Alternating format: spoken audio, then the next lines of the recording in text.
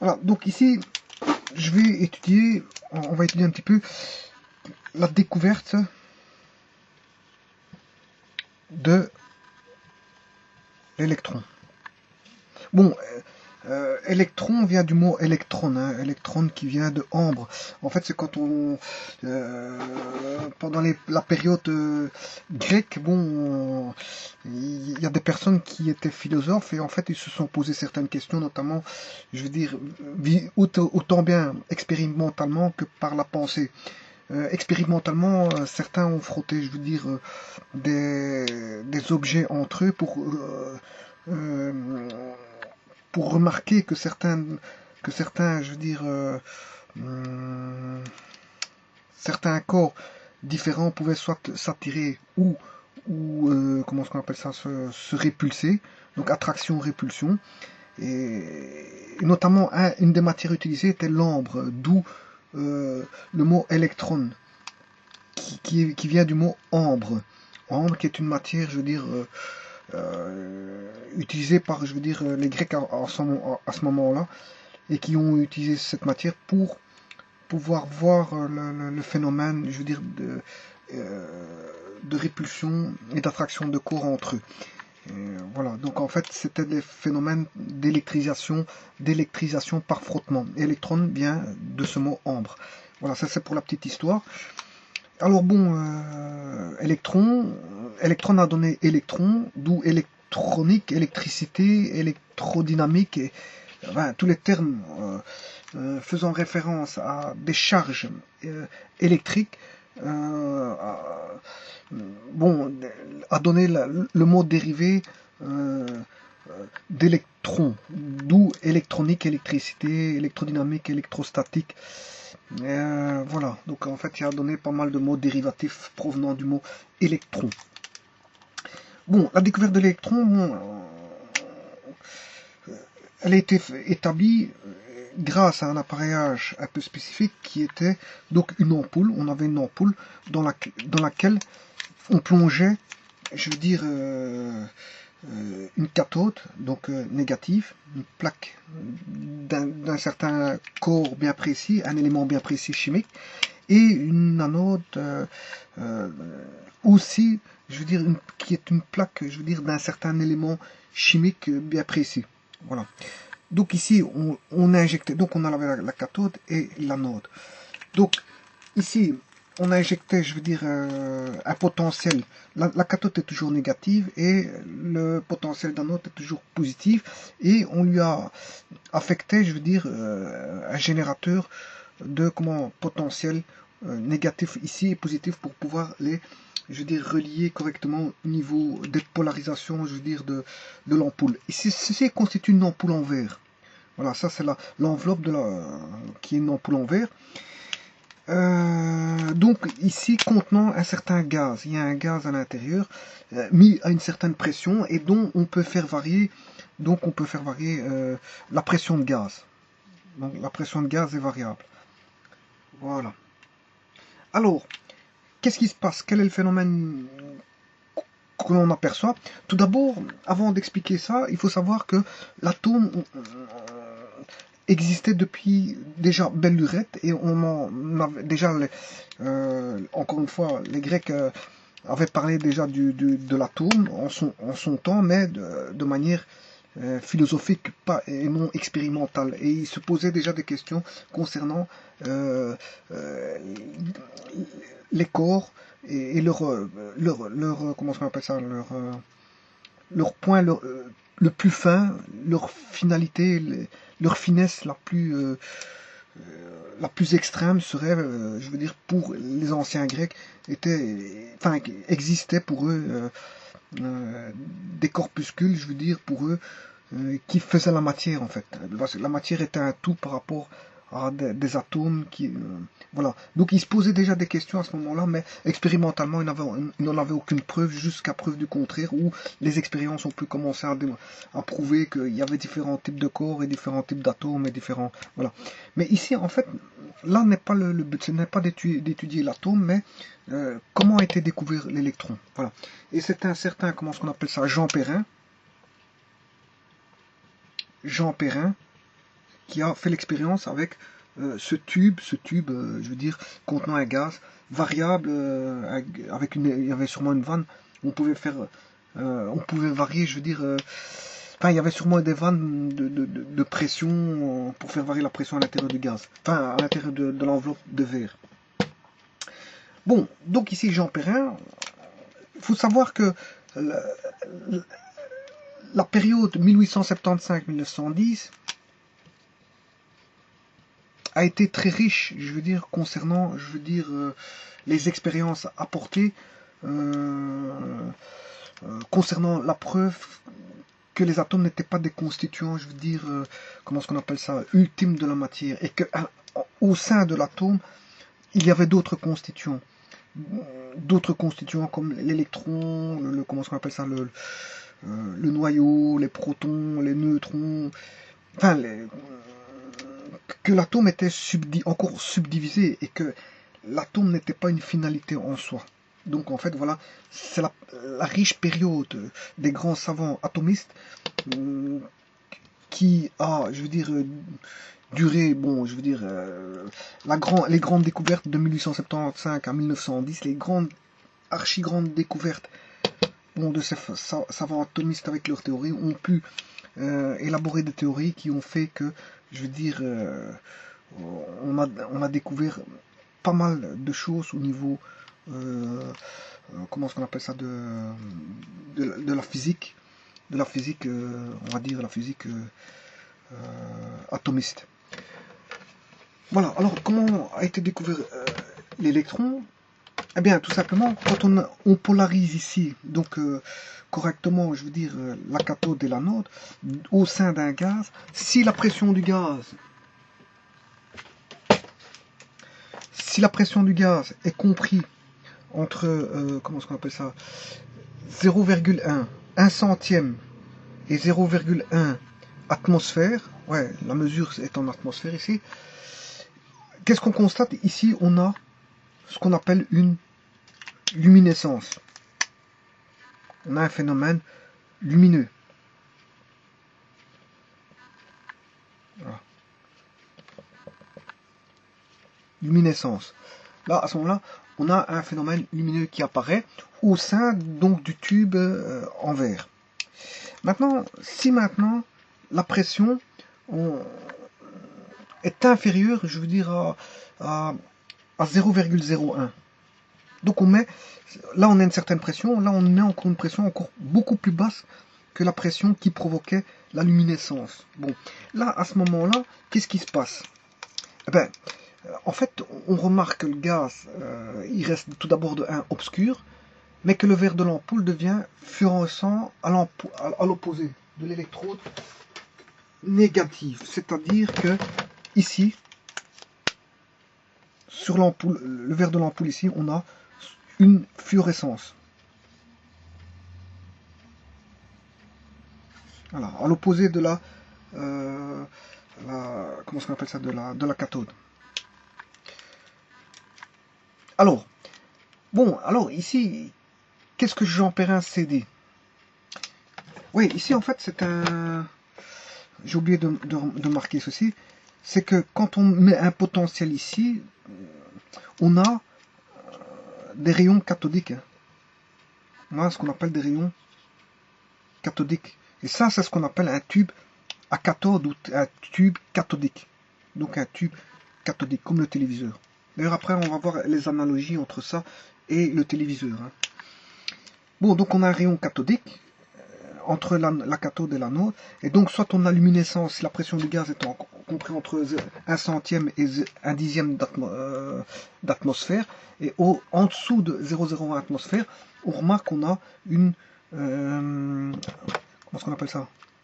Une fluorescence, je veux dire, à l'opposé de la borne négative. Voilà, de l'électron négatif. Bon, Jean Perrin, qu'est-ce qu'il en a déduit de ça? Il a mis en évidence cette expérience pour montrer que, et en déduire tout d'abord, que la fluorescence que l'on a ici à l'opposé du tube de l'électrode négatif est due en fait non pas à des rayonnements, mais à des particules corpusculaires. Parce qu'en fait,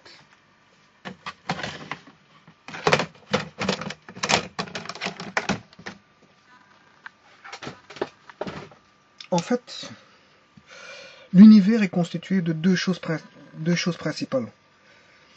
La matière, hein, les atomes qui constituent les molécules qui constituent les tissus des corps humains, les matières minérales organiques, bon, de la terre, des êtres humains, des animaux, de tout ce qui est vivant et non vivant, de tout ce qui est dans l'univers. Bon, il y a la matière. Voilà, et la matière est constituée d'atomes, et généralement, on peut soit toucher ou ne pas savoir toucher. Donc ça, la matière peut être concrète ou abstraite. Mais à côté de ça, il n'y a pas que la matière. Généralement, les personnes, bon, leur première approche qu'ils ont, c'est une approche visuelle. Or, soit ils voient, ils sentent par leur sens.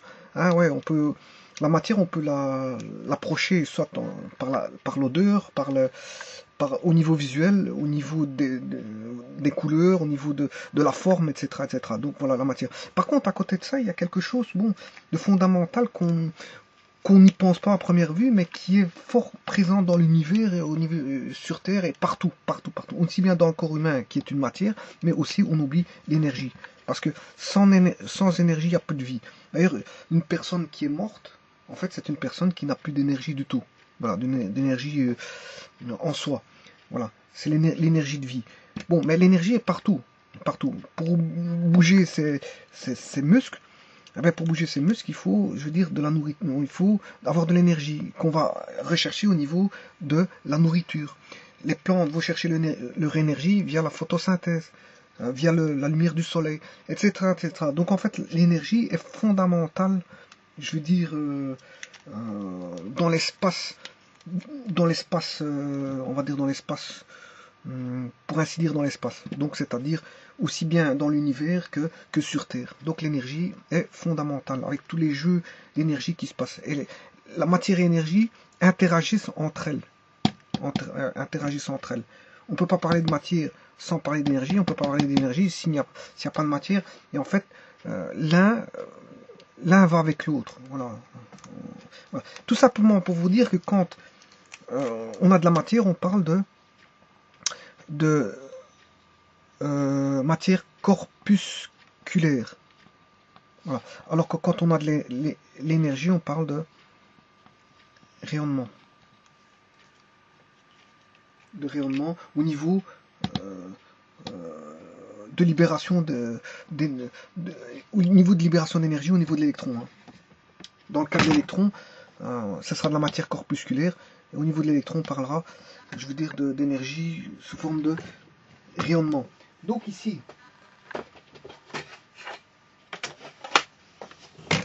qu'est-ce qu'il a déduit ici en fait? Ben, que la fluorescence qui était visible était due non pas, je veux dire, à du rayonnement, non pas une énergie lumineuse, mais plutôt à des particules corpusculaires, c'est-à-dire qui venaient frapper en fait l'écran. Voilà. Donc en fait ces corpuscules étaient justement des nouvelles particules que contenaient, je veux dire, les atomes. Voilà.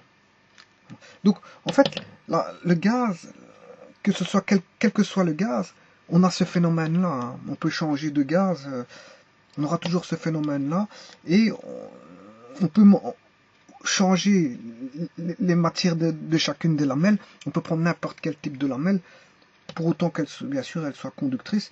Je veux dire, on aura toujours, je veux dire, ce phénomène de particules qui vont, je veux dire, rendre fluorescent le côté opposé de la nôtre. Et donc, c'était la découverte des électrons, donc de nouvelles particules qui n'avaient jamais été mises en évidence auparavant, et que Jean Perrin a pu, via son expérience, mettre en évidence de l'existence de nouvelles particules qui étaient incorporées dans la matière en fait, qui étaient oui, c'est ça, qui incorporent. Les électrons sont incorporés dans la matière, et donc on peut les extraire de la matière en les propulsant via un champ, ici un champ électrique. Oui. Voilà, donc ici, ce champ électrique, bon, il faut mettre un potentiel, hein, pour casser, enfin pour retirer cet électron, je veux dire, de la matière, il faut un champ électrique. Et ce champ électrique devait être, bon, le champ électrique c'est en volts par mètre. Voilà, 1 volt par mètre. Voilà. Donc, en volts par mètre, c'est une unité de champ. C'est un potentiel par unité de longueur. Donc, on sait bien que F est égal à... le champ dérive d'un potentiel. Ouais, donc c'est des volts par mètre, en fait. Voilà, ce sont des volts par mètre. Et donc, pour que l'expérience réussisse, bien sûr, il fallait environ 1000 volts par centimètre. Environ, donc une grosse tension sur 1 centimètre. Donc il fallait un champ quand même assez intense, pour créer, je veux dire, extraire, je veux dire, les électrons de la matière et les faire apparaître de manière visible via cette expérience-là. Voilà. Donc, à partir de ce moment-là, on sait bien qu'il existe des nouvelles particules fondues dans la matière et qui peuvent être mis en évidence en mettant un champ électrostatique intense entre deux plaques.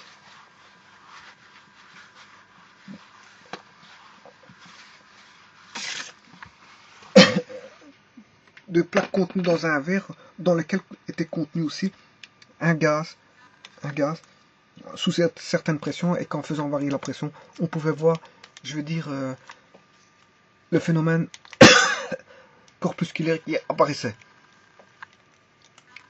Alors maintenant, si maintenant il existe des particules créées par un champ électrique, on va se demander si, en mettant des plaquettes, en faisant intervenir un champ, par exemple soit positif, soit négatif, comment va réagir cette particule? Eh bien, effectivement, elle réagit. Donc ça veut dire, si on met du plus, l'électron étant négatif, elle va dévier dans un sens. Mais si on met du moins, elle va dévier dans l'autre sens. Donc on sait définir la charge. On sait bien qu'elle a une certaine charge parce qu'elle est influencée par une charge extérieure. Donc si la corpuscule existante, on sait bien que c'est une corpuscule, c'est pas un rayonnement, que je lui mets une plaquette de champ électrostatique, que je sais bien que la plaquette de champ électrostatique est d'un certain signe, je sais en fonction de voir en fonction de la déviation de ce champ, quel est, je veux dire, le signe de ce champ, s'il est positif ou négatif. Si je mets du plus et qu'il est dévié, enfin qu'il est attiré, c'est que l'électron est négatif. Voilà. Donc l'électron ici dans ce cas-ci, il va être dévié dans ce sens-là. Parce que le plus en électrostatique, le plus attire le moins. Les charges positives et négatives s'attirent. Maintenant, si je mets du moins, qu'est-ce qui se passe? Eh bien, l'électron est dévié dans l'autre sens. Donc l'électron est bien de charge négative. L'électron est une charge négative. Bon, sa valeur, on ne la connaît pas encore. Bon, on sait bien que c'est une charge négative. Bon, maintenant, à côté de ça, on essaie, toujours dans ces expériences, qu'est-ce qu'il fait? Toujours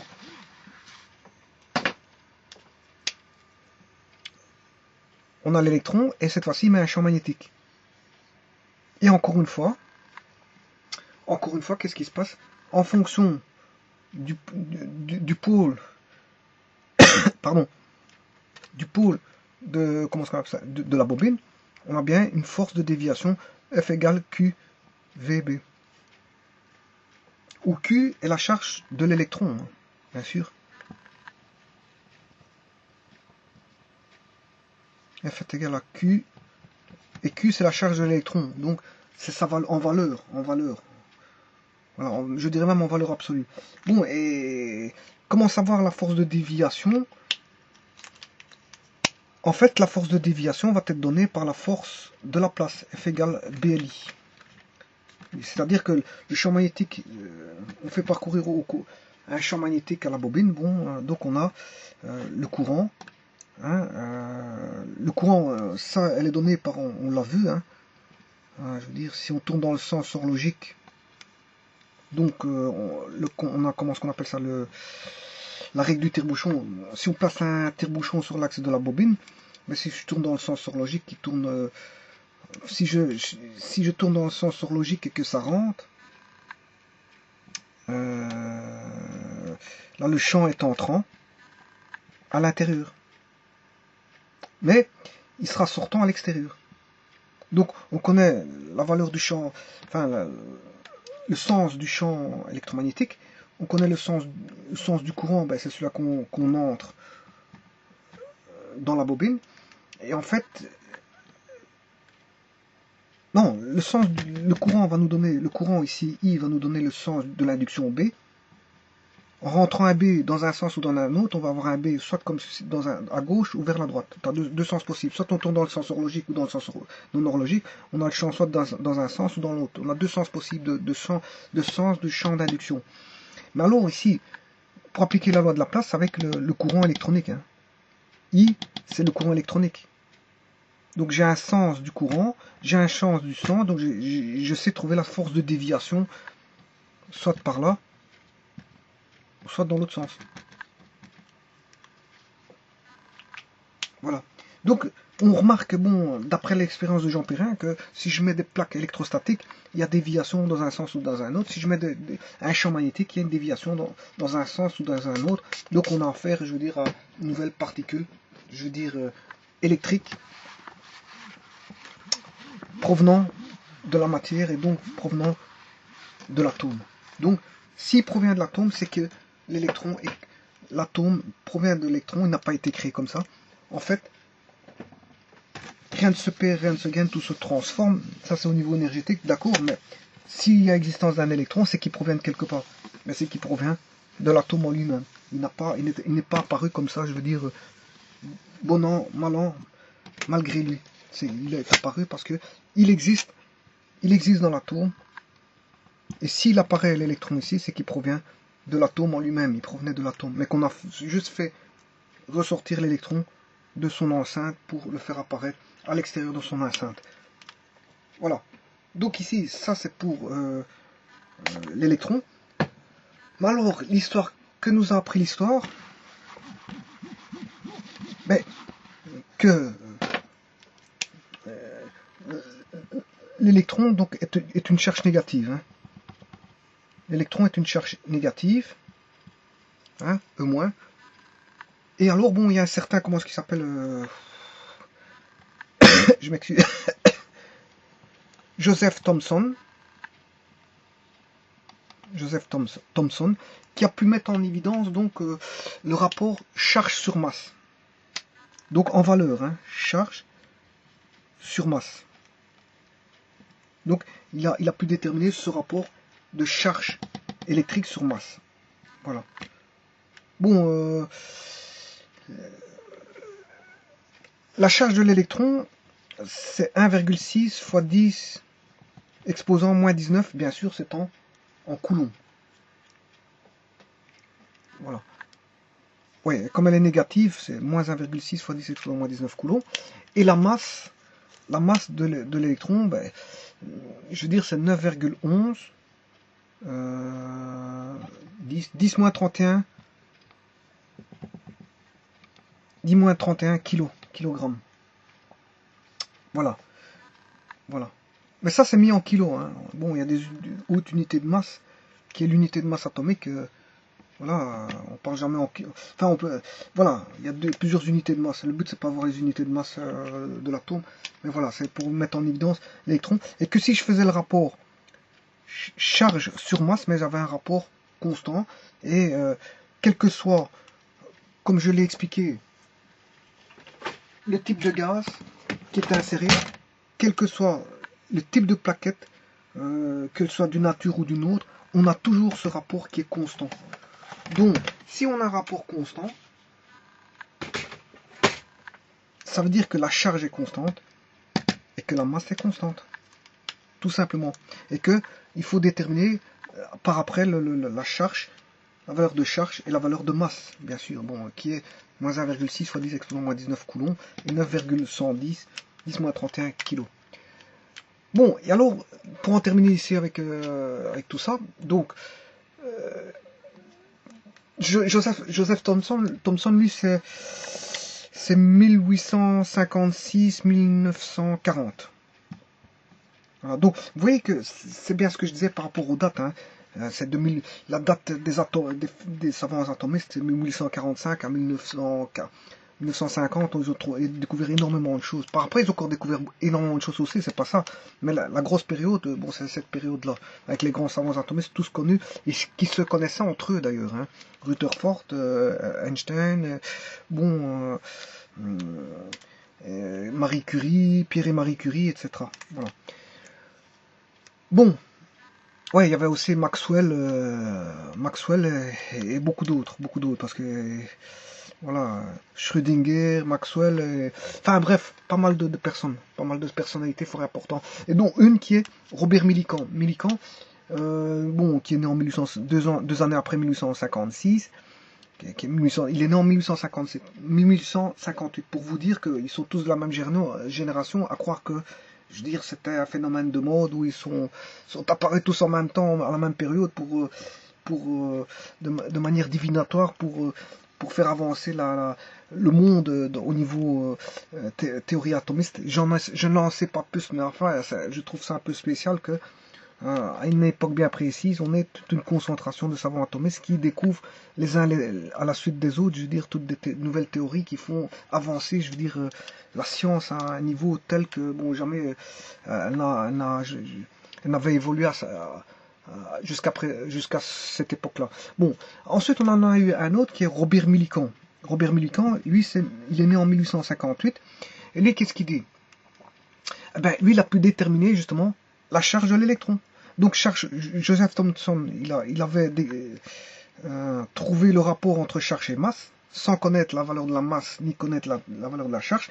Par contre, la valeur de la charge a été découverte par Robert Millikan, qui lui, bon, est un physicien, je veux dire, qui travaille beaucoup avec les champs électrostatiques. Hein, Robert Millikan, bon, voilà, il a travaillé sur les champs électrostatiques. Et bon, ils ont tous travaillé sur les champs électrostatiques parce qu'à la base, qui dit électron dit électricité, qui dit électricité dit champ électrique, qui dit champ électrique dit champ tout court, qui dit champ tout court dit